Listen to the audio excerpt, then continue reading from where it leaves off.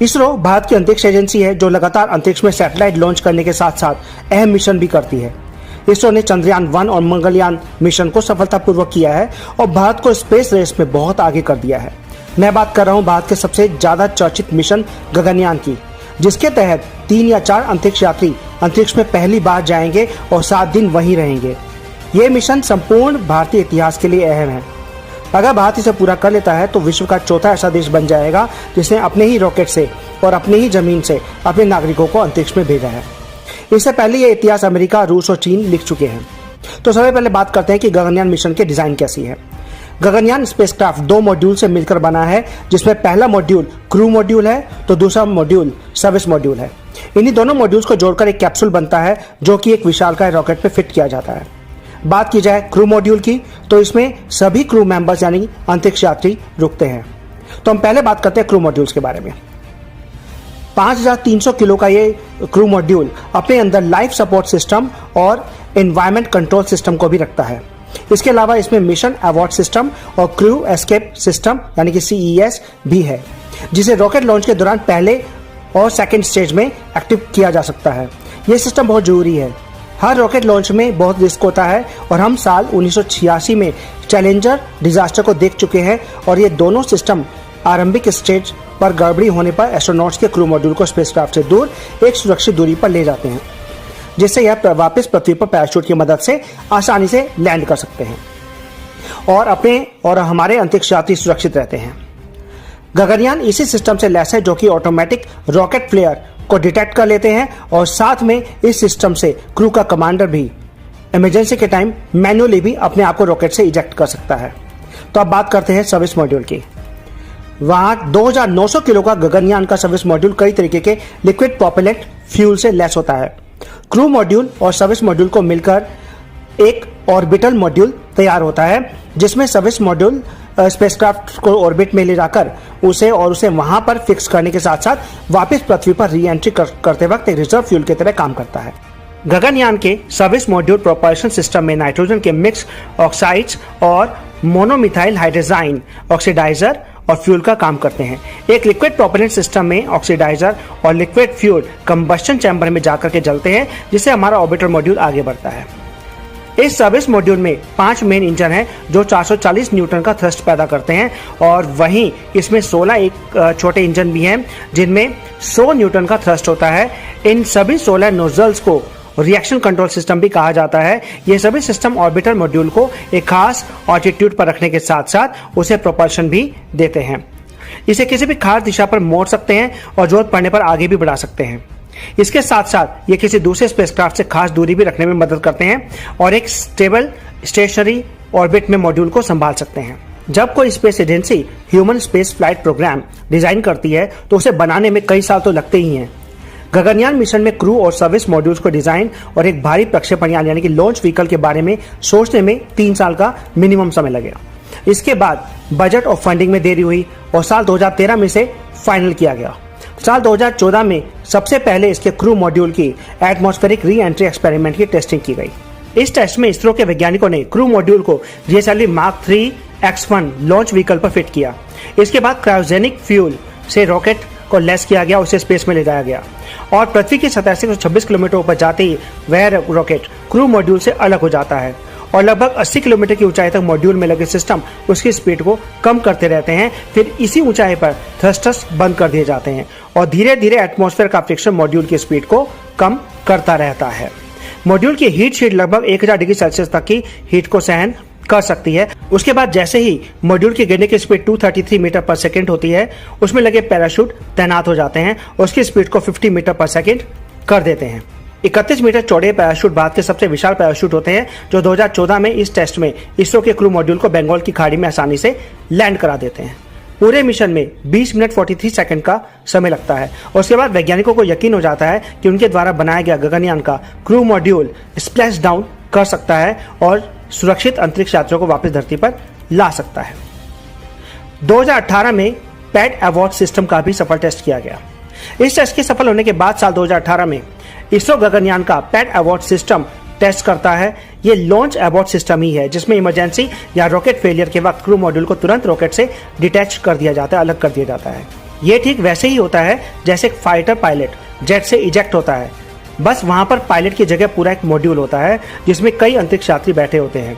इसरो ने इस टेस्ट को पृथ्वी की सतह से 2.75 किलोमीटर ऊपर किया और एस्केप सिस्टम ने मॉड्यूल को लॉन्च साइट से लगभग 3 किलोमीटर दूर बंगाल की खाड़ी में लैंड किया।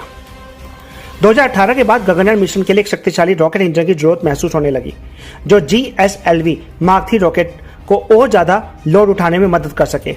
इसरो ने इस मिशन के लिए विकास इंजन को और ज्यादा अपग्रेड किया और ये इंजन मार्क 3 रॉकेट से कोर स्टेज को पावर देता है। इस रॉकेट में जो 2 सबसे विशाल बूस्टर लगे हैं उन्हें S200 कहा जाता है। 25 मीटर लंबे और 3.2 मीटर चौड़े ये बूस्टर रॉकेट को काफी थ्रस्ट प्रदान करते हैं, जिससे यह लिफ्ट ऑफ करता है। S200 के ह्यूमन रेटेड वेरिएंट यानी HS200 का सफल टेस्ट 13 मई 2022 को किया गया, जहां ये बूस्टर 135 सेकंड तक नॉमिनल परफॉर्मेंस देने में कामयाब रहा। गगनयान मिशन में इन बूस्टर्स का इस्तेमाल किया जाएगा, इसलिए इसरो इन पर कई सालों से फोकस कर रहा है। वहीं सेंटर में लगा L110 लिक्विड S-जेट 21 मीटर लंबा फ्यूल थ्रस्ट है, जो 2 विकास इंजन द्वारा ऑपरेट होता है। करीब 110 टन लिक्विड फ्यूल लिए ये मार्क 3 रॉकेट को और ज्यादा थ्रस्ट प्रोवाइड करता है। इसरो जल्दी से बदलकर SCE-200 कोर S-जेट लगाने वाला है, जो पिछली L110 S-जेट से ज्यादा एडवांस है।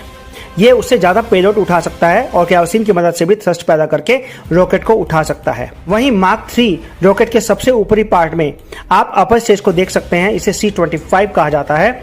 इसमें लगा सिंगल क्रायोजेनिक इंजन CE-20 अपने अंदर करीब 28,000 किलो रॉकेट फ्यूल रखता है, जो 200 किलो न्यूटन थ्रस्ट पैदा करता है। कुल मिलाकर के गगनयान के लिए बना GSLV मार्क 3 रॉकेट भारत का पहला हैवी रॉकेट है, जो कि हमारे अंतरिक्ष यात्रियों को अंतरिक्ष तक ले जाएगा। तो अब बात करते हैं कि पृथ्वी की सतह से कितनी दूर गगनयान परिक्रमा करेगा। भारतीय अंतरिक्ष यात्री पृथ्वी की लोअर ऑर्बिट में उसकी परिक्रमा करने लगेंगे। सतह से करीब 300 से 400 किलोमीटर ऊपर लो अर्थ ऑर्बिट में यात्री 7 दिनों तक क्रू मॉड्यूल में रहकर कई तरीके के एक्सपेरिमेंट्स स्पेस में करेंगे और इसरो के लिए बहुत फायदेमंद होंगे। 7 दिन बिताने के बाद गगनयान का ऑर्बिटल मॉड्यूल वापस पृथ्वी की सतह पर लैंड करेगा और जैसे ही एटमॉस्फेयर में री एंट्री होगी, इसका सर्विस मॉड्यूल क्रू मॉड्यूल से दूर हो जाएगा और फिर क्रू मॉड्यूल, जिसमें तीनों यात्री बैठे हैं, बहुत तेज गति से पृथ्वी की ओर आएगा। हीट शील्ड से लैस ये एटमॉस्फेयर के फ्रिक्शन को झेलता हुआ अपनी स्पीड और अलाइनमेंट को थ्रस्टर की मदद से सही करेगा और फिर पैराशूट डिप्लॉय कर देगा। धीरे धीरे फिर मॉड्यूल या तो अरब सागर या फिर बंगाल की खाड़ी में लैंड कर पाएगा। उसके बाद मॉड्यूल के सेंसर भारतीय नौसेना को लोकेशन के कोऑर्डिनेट सेंड करेंगे और फिर उनकी मदद से नेवी या कोस्ट गार्ड के लोग क्रू मॉड्यूल को खोजकर हमारे अंतरिक्ष यात्रियों को सही सलामत निकाल लेंगे। अब 10,000 करोड़ के इस मिशन में देरी इंडिया को, इसरो को बहुत पीछे कर सकती है। इसरो ने चंद्रयान 1 और मंगलयान मिशन को सफलतापूर्वक किया है और भारत को स्पेस रेस में बहुत आगे कर दिया है, पर सभी स्पेस मिशन को समय पर पूरा करने वाली इसरो को अपने सबसे महत्वपूर्ण मिशन में लगातार देरी हो रही है। पूरा भारत इस मिशन को एक आस से देख रहा है, पर लगातार देरी से लोगों को उम्मीद कम लगने लगी है। मैं बात कर रहा हूं भारत के सबसे ज्यादा चर्चित मिशन गगनयान की, जिसके तहत 3 या 4 अंतरिक्ष यात्री अंतरिक्ष में पहली बार जाएंगे और 7 दिन वहीं रहेंगे। ये मिशन संपूर्ण भारतीय इतिहास के लिए अहम है। अगर भारत इसे पूरा कर लेता है तो विश्व का चौथा ऐसा देश बन जाएगा जिसने अपने ही रॉकेट से और अपनी ही जमीन से अपने नागरिकों को अंतरिक्ष में भेजा है। इससे पहले ये इतिहास अमेरिका, रूस और चीन लिख चुके हैं। तो चलिए अब जानते हैं कि साल 2006 में जब गगनयान मिशन की शुरुआत हुई तो आखिर 2022 तक भी इसे लॉन्च क्यों नहीं किया गया है। 16 सालों का विशाल गैप क्यों इस मिशन में लग रहा है और ये कब लॉन्च होगा। रॉकेट, ऑर्बिटल मॉड्यूल और सभी तरीके की टेस्टिंग के बाद अब गगनयान के लिए हमें एस्ट्रोनॉट्स को भी ट्रेनिंग देनी थी। साल 2009 में ही सरकार एयरफोर्स के पायलट को चुनने लगी थी। धीरे धीरे कई फैसिलिटीज बनाई गई जहां ट्रेनिंग की शुरुआत हुई।